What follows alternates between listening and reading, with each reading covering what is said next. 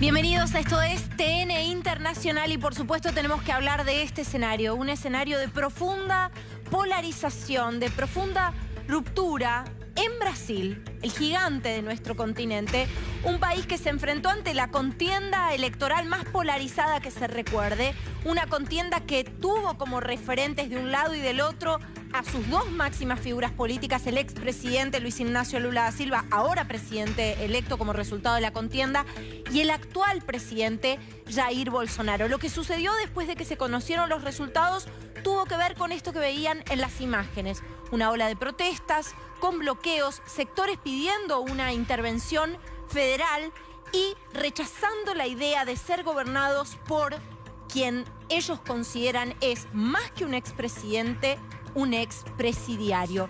Realmente es muy profunda la tensión social en Brasil y esta sensación de país partido, de ruptura también del orden de la tolerancia, ¿no? Porque claramente lo que estamos viendo es una sensación de incompatibilidad para algunos sectores con otro sector de esa sociedad que respalda a otro candidato, pero que respalda en su apoyo a otro candidato un sistema de valores distinto. En definitiva, lo que vimos en la contienda de Brasil no fue solamente una disputa política, fue esencialmente una contienda por valores diferentes representados en cada uno de estos candidatos. Vamos a estar conversando con Ariel Goldstein, que es analista, ya está con nosotros en el estudio. También va a estar con nosotros Felipe Ramos, que es sociólogo. Creo que Felipe ya está en línea con nosotros para conversar un poco de lo que se ha vivido en estos días en Brasil. Pero pensemos también hacia adelante, Felipe. Pensemos en ese proceso de transición que comenzó con dos figuras absolutamente claves, o una figura clave por parte del espacio de Lula, que es Geraldo Alckmin. También Ciro Nogueira, entiendo, va a tener un rol importante como parte del gobierno, del gobierno saliente, ¿no? Del gobierno de Bolsonaro. Felipe, ¿cómo estás? Buenas tardes. Buenas tardes, gracias por la invitación. Pienso que el reto del nuevo gobierno en Brasil, que ya ha empezado incluso la transición, en lo que pese las protestas que siguen en la calle, pero ahora ya más pequeñas, la transición de gobierno ya ha empezado, ¿no? Y el gran reto que va a tener el nuevo gobierno es justamente reducir, ¿no? Yo no diría terminar, pero al menos reducir la polarización en Brasil, demostrar que es un gobierno de hecho de unión y de pacificación nacional. El vicepresidente Geraldo Alckmin tiene justamente ese rol en ese equipo de transición y el nuevo gobierno, y también los candidatos incluso que disputaron la elección y pasaron a apoyar a Lula da Silva en la segunda vuelta, principalmente Simone Tebet, que es una persona de centro-derecha, que representa también el agronegocio y también va a ser parte de ese gobierno. Entonces pienso que lo más importante es demostrar que el nuevo gobierno no va a ser un gobierno de pura izquierda, no va a ser un gobierno el opuesto de lo que ha sido Bolsonaro, sino un gobierno que va a señalar hacia adelante, hacia un Brasil que puede gobernar para todos. Bueno, vos sabés, Felipe, que nosotros en este mismo espacio poníamos, porque logramos entrevistarla en la mañana del sábado a Simone Tebet, poníamos al aire la entrevista donde ella hablaba de que justamente el desafío para Lula es ampliarse, es entender, ¿no? Toda esta estructura de apoyos que tiene que ver con personas que vienen de espacios muy distintos, entre ellos el propio vicepresidente electo Geraldo Alckmin, que tiene menuda tarea ahora en esta transición de cara a lo que va a ser la asunción concreta de Luis Ignacio Lula da Silva en el mes de enero.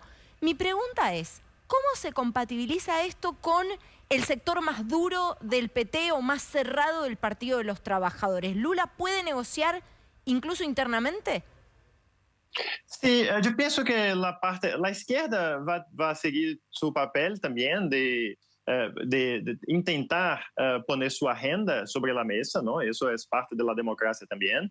Y parte del PT que va a sentirse como que un poco aislado del nuevo gobierno, que tiende a ser un poco más un gobierno de centro, va a quejarse incluso contra Lula da Silva. Eso ya ha pasado incluso cuando Lula estaba en el poder en 2003 hasta 2010. Una parte de la izquierda del PT estaba insatisfecha con el gobierno de Lula, que ya era un gobierno de centro, ¿no? Entonces pienso que ahora la tendencia es que eso se profundice más. Pienso que Lula da Silva es un líder muy hábil en ese sentido. Él entiende muy bien la coyuntura, él sabe que la coyuntura no es la de 2003. En 2003, Lula llega al poder con boom de commodities en la economía, con Brasil estaba yendo bien, la coyuntura internacional era muy favorable también en la región, y la oposición que él tenía era una oposición de centro-derecha, claro, muy moderada y que respetaba las instituciones. Ahora él sabe que la coyuntura es muy distinta y tiene que gobernar hacia el centro. Incluso se habla en Brasil de que puede ser un gobierno de facto, ¿no?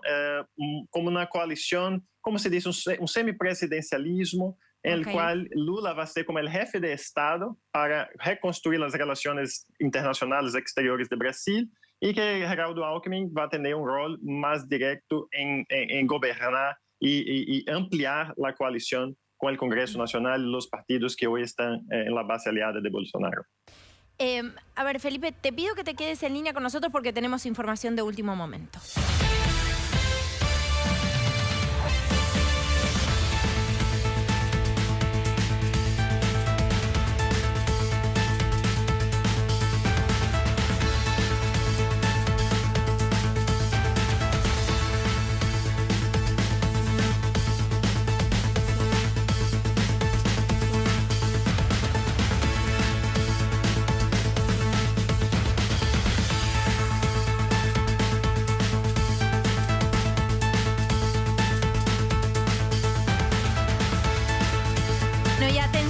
Porque esto tiene que ver con una consulta del presidente brasileño Jair Bolsonaro, que según informa CNN Brasil, habría consultado a las fuerzas sobre la posibilidad de analizar lo que ha sucedido con el resultado de las elecciones del balotaje del domingo. Fuentes militares, según consigna la agencia ANSA, por información de CNN Brasil, dijeron que el presidente no tuvo respaldo en alegar que Lula es inelegible por su condena en la causa Lava Jato. Atención entonces con esto que tiene que ver con algo que estaba también en el centro de los reclamos de algunos de los manifestantes, que es: no queremos un expresidiario en el poder. Bueno, podría entonces esta ser ya una objeción planteada desde lo más alto. Lo voy a sumar a Ariel Goldstein, seguimos en contacto con Felipe Ramos también. Ariel, ¿qué quiere decir esto en términos de la transición o el ordenamiento de la transición? Digo, si se sigue objetando, si sigue sucediendo esto, ¿hay transición posible, viable? ¿Qué tal, Carolina? Bueno, un poco Jair Bolsonaro ha seguido el libreto de Donald Trump, ¿no? En ese sentido de objetar los resultados, denuncias de fraude. Eso derivó en Estados Unidos en la toma del Capitolio del 6 de enero de 2021 y acá en un proceso de radicalización también, con teorías de la conspiración a través de Telegram, de WhatsApp, de grupos que incluso festejaban que estaba habiendo un golpe militar, ¿no? Estaban celebrando en la calle eso cuando eso era mentira, digamos, ¿no? Entonces, bueno, hubo un proceso de demonización del adversario, especialmente por parte del bolsonarismo, y eso está generando también estas consecuencias, ¿no? Lula tuvo que salir a decir en la campaña que él no había hecho un pacto con el diablo, ¿no? Por las acusaciones que le estaban haciendo. Bueno, son procesos que estamos viendo en todo el mundo, ¿no? De esta radicalización de la derecha, que en Brasil y en América Latina es la mejor expresión de eso, me parece. Bueno, al mismo tiempo también es cierto que Bolsonaro mandó un mensaje diciendo: yo voy a atenerme al mandato constitucional. Su propio sería el equivalente a un jefe de gabinete, que es Ciro Nogueira, estaría como en el enlace con Geraldo Alckmin para poder llevar adelante un proceso de transición. ¿Crees que hay como dos mensajes, uno para esa militancia más dura, para que no se sienta defraudada, y después otro que tiene que ver con las concreciones políticas? Sí, tal cual. Yo creo que Bolsonaro juega en esa ambigüedad, ¿no? Por un lado, dice que va a respetar, digamos, el resultado, y por el otro, decía que estas manifestaciones que estaban haciendo, ¿no?, eran pacíficas. O sea, llamó a desbloquear las calles, ¿no?, las intervenciones de los camioneros en las principales rutas, pero a la vez decía, las manifestaciones son pacíficas, cuando estaban pidiendo intervención militar ya, ¿no? Entonces, en esa ambigüedad también es la forma que busca Bolsonaro de mantener vivo su liderazgo frente a las presiones y a las disputas que empiezan a surgir en su propio movimiento. Pero yo diría que una persona que tuvo 58 millones de votos, ¿no?, es el mayor líder de la derecha en Brasil desde la transición democrática, no fácilmente va a perder ese capital político, ¿no? Porque esa situación de un líder carismático que es visto como un mito por las personas que lo apoyan, bueno, es una situación que seguramente perdure en los próximos años. Bueno, a ver, ¿hay posibilidades de que ese cuestionamiento a la elección en sí pueda avanzar, el cuestionamiento que reclama cierto sector de la sociedad? Bueno, eso es impredecible. Lo que está claro es que Lula se acostumbró a gobernar en sus 8 años, 2003-2010, en una situación mucho más confortable. La oposición era el PSDB, un partido de la socialdemocracia brasileña, de una posición de centro-derecha, donde había acuerdos mínimos. Incluso Geraldo Alckmin, el actual vicepresidente electo, era de ese partido, fue su principal contrincante durante muchos años.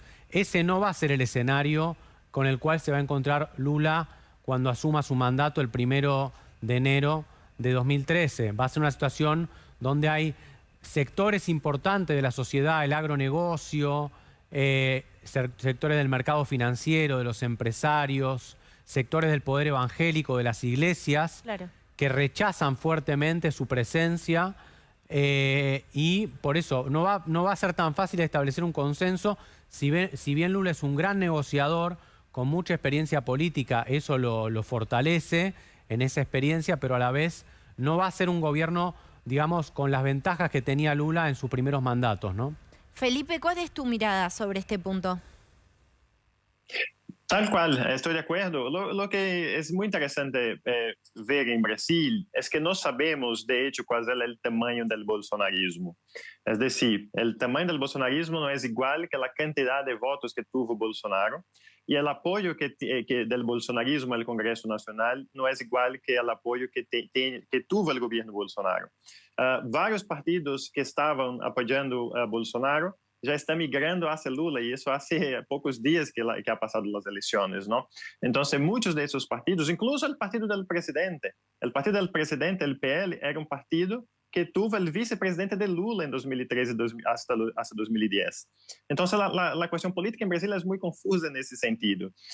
Incluso el Unión Brasil es un partido, uno de los más grandes de Brasil hoy, también, que es el partido de Sérgio Moro, el ex juez de la Lava Jato en Brasil, que puso Lula en la prisión. Y ese partido, no el ex juez, que ahora fue electo senador, pero el partido de él dijo que va a estar apoyando a Lula. Entonces, el tamaño del bolsonarismo me parece que es más pequeño que pensamos. Quizás esa parte radicalizada de la población que está en la calle no pase de 20, 30%. No tenemos datos precisos de eso, pero es una cuestión sociológica muy interesante entender que una cosa es el centro de gravedad, que es el gobierno nacional, y mucha gente pasa a apoyar al gobernante, sea quien sea. Y otra cosa es la base más radicalizada de la población e incluso de parlamentarios electos, que me parece que es mucho más pequeña que eso. Entonces, pienso que Lula va a tener condición de gobernabilidad, pero es verdad, con una oposición de 20-30% del Congreso y parte de la población brasileña que está radicalizada, que va a ser muy fuerte, pero me parece que tendrá sí condiciones de gobernanza. Bueno, y después está de alguna manera, devolución de favores por los apoyos políticos. ¿Cómo se va a distribuir esto, no? Porque tenés muchas figuras importantes dentro del ecosistema político brasileño que van a reclamarle a Lula su lugar, ¿no? Simone Tebet recién la nombraban. Bueno, hay que ver qué rol específico ocupa Geraldo Alckmin. Había algunos trascendidos que podía tener que ver en algún sentido con el nexo del gobierno y los empresarios. ¿Qué crees que puede pasar en este sentido? ¿Puede haber fisuras o tensiones internas, además de la polarización a la que le tiene que hacer frente Lula? ¿Ariel? Sí, incluso... Sí, yo no Perdón, no les había dicho el nombre, le preguntaba. Ariel, dale. Bueno, Simón Tebet, vos lo destacaste el otro día cuando participaste en TN, es una figura de mucha importancia para los próximos años de la política brasileña, Carolina. fue una figura muy importante en la campaña de Lula, ¿no? Porque ella viene del MDB, uno de los partidos más tradicionales, participó de la CPI del COVID haciendo las denuncias por el tratamiento de la pandemia. Me parece que es una figura que tiene proyección. Sectores del Partido de los Trabajadores ya saben cómo es Lula, ya saben que es un pragmático, ¿no?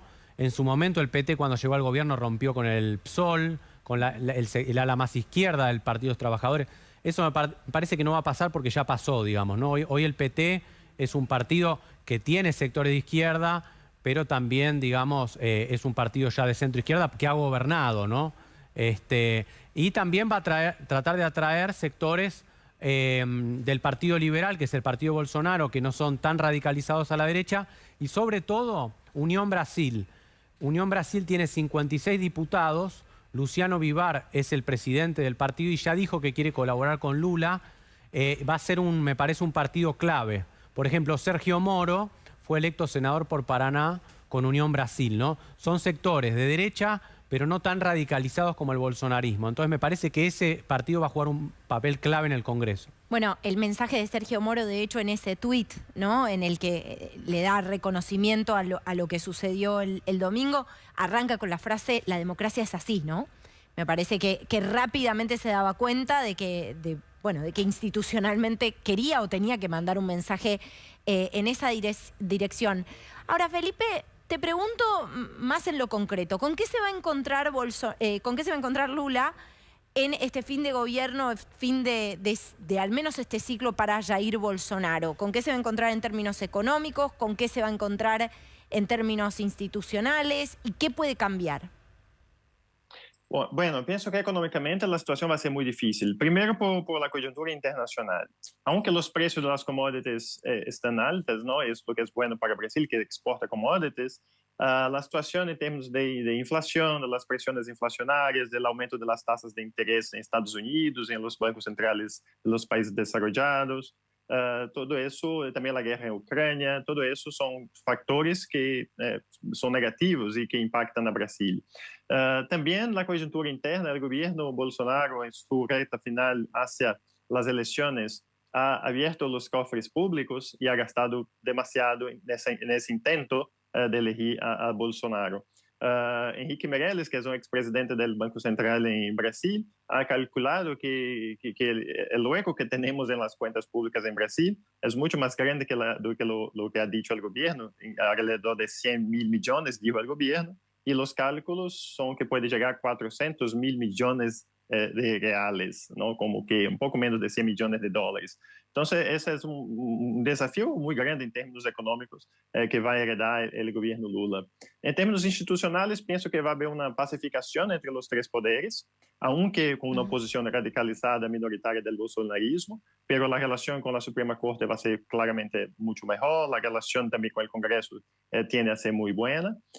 Y en términos sociales, pienso que también con el tiempo, si el gobierno Lula logra resultados positivos, yo diría, no el 2023, que va a ser un año muy difícil de transición económica, política, institucional, pero a partir de 2024, quizás, y si Bolsonaro queda aislado fuera del poder, quizás Brasil puede recuperar su normalidad a partir de 2024. A ver, Ariel, recién le preguntaba a él qué recibe Lula y mirando un poquito más adelante, porque yo decía, bueno, se termina este ciclo para Bolsonaro ahora, pero dado los resultados del balotaje, te pregunto, ¿cómo sigue la carrera política de Jair Bolsonaro? ¿Podríamos en unos años estar hablando de una suerte de revancha en una contienda electoral presidencial para el actual presidente?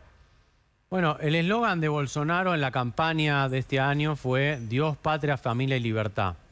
Como se ha visto con los 58 millones de votos que tuvo, hay mucha gente en Brasil que se identifica con esas consignas, ¿no? Él logró solidificar una alianza muy fuerte con las principales iglesias evangélicas, el sector agropecuario, que es muy fuerte en Brasil, los militares y el mercado financiero, ¿no? Y las empresas fabricantes de armas, ¿no? Que ese es un problema grave que va a tener el gobierno de Lula. Aumentó un 400% la posesión de armas en Brasil durante el mandato de Jair Bolsonaro. Esas personas ya tienen sus licencias para hacer uso de las armas. Entonces va a ser difícil a ver qué hace el gobierno de Lula para reducir estos conflictos que está habiendo, ¿no? Roberto Jefferson, aliado de Bolsonaro, disparó 50 tiros contra la policía y 2 granadas. Esa militarización de la vida política que está habiendo va a representar seguramente un gran desafío para el futuro, pero seguramente la figura de Bolsonaro se va a mantener vigente porque expresa esa parte de Brasil que hasta ahora no se había expresado en la figura de un líder político. Ariel y Felipe, muchísimas gracias por este contacto. Gracias a vos.